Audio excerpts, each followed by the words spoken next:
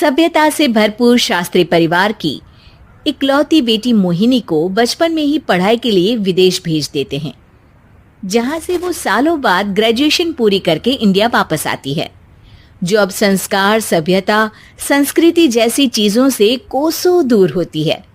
एक सुबह Mohini short dress पहने, कानों में हेडफोन लगाए जोर जोर से इंग्लिश गाने गाती हुई घर में घूम रही होती है।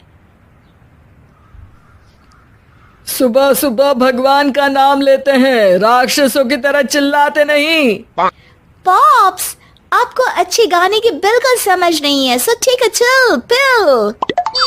अरे मोहिनी, पापा से ऐसे बात करते हैं क्या? सारी तमीज भूल गई हो। ओह मॉम प्लीज, इतनी बड़ी भी कोई बात नहीं हुई, सो डोंट ओवर रिएक्ट। ऐसे ही दिन बीतते हैं जिसमें मोहिनी के तौर तरीके, रहने और बात करने का ढंग उसकी मम्मी पापा को परेशान करने लगता है। भला कोई मानेगा कि ये मेरी बेटी है? रीति रिवाज और संस्कारों से तो इसका दूर दूर तक कोई नाता नहीं, और अब तो लगता भी नहीं कि कभी होगा।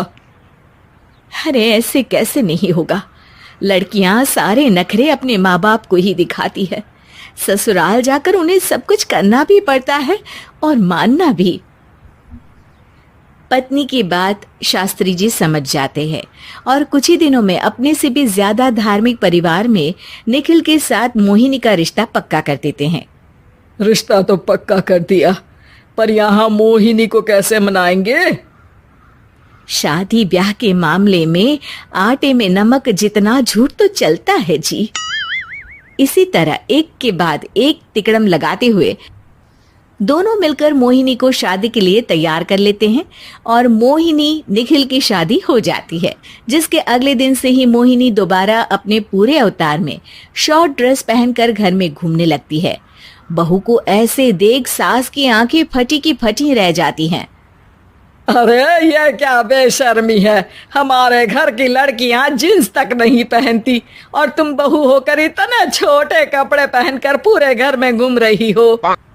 सीरियसली मॉम, प्लीज आप अपनी इस 80 के दशक वाली सोच में मुझे इंक्लूड मत करो। हाय तौबा, एक तो बेशर्मी दिखाती है, ऊपर से सास के साथ जुबान भी लड़ाती है।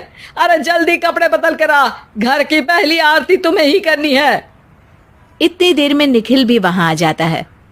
माँ, पापा आने वाले हैं, पूजा का सारा सामान तैयार है ना? ये पूजा हमेशा मेरे बॉयफ्रेंड्स के पीछे पड़ी रहती थी और अब हस्बैंड के पीछे भी आ गई।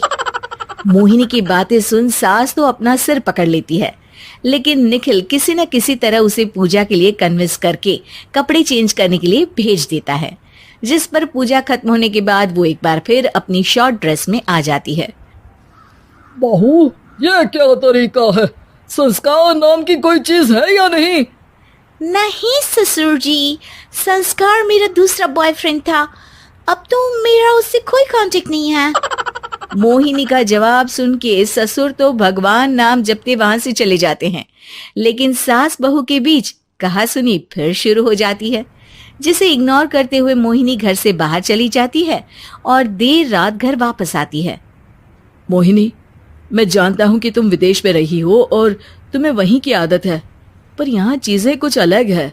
अगर तुम उस हिसाब से कुछ एडजस्ट कर लो तो सबके लिए सही हो जाएगा। I am not in a lecture mood. Good night. अगली सुबह मोहिनी देर से उठकर एक बार फिर उसी तरह सबके सामने आती है, जिस पर उसकी सास कुछ बोले उससे पहले ही मोहिनी की दोस्त मोनिका और रेचल वहां आ जाती हैं। Oh hi darling, how are you? OMG, we missed you so much. I missed you too darling. Ram Ram, इन्होंने तो तुमसे भी छोटे कपड़े पहने हैं। अरे तुम लोगों के अंदर कोई शर्म लिहाज बाकी भी है या सब बेच खाई? मोहिनी, तुम्हारी मेड कुछ ज्यादा नहीं बोलती? इस पर मोहिनी की दोस्त उसकी सास का मजाक बनाने लगती है, जिसे सुन निखिल उन्हें जवाब देते हुए कड़वे शब्द सुना देता है और वो सुन के वो दोनों तो मुंह बनाए वहां से चली जाती है, लेकिन गुस्से से लाल मोहिनी वहीं खड़ी निखिल को घूरती रहती है। घूर क्या रही हो?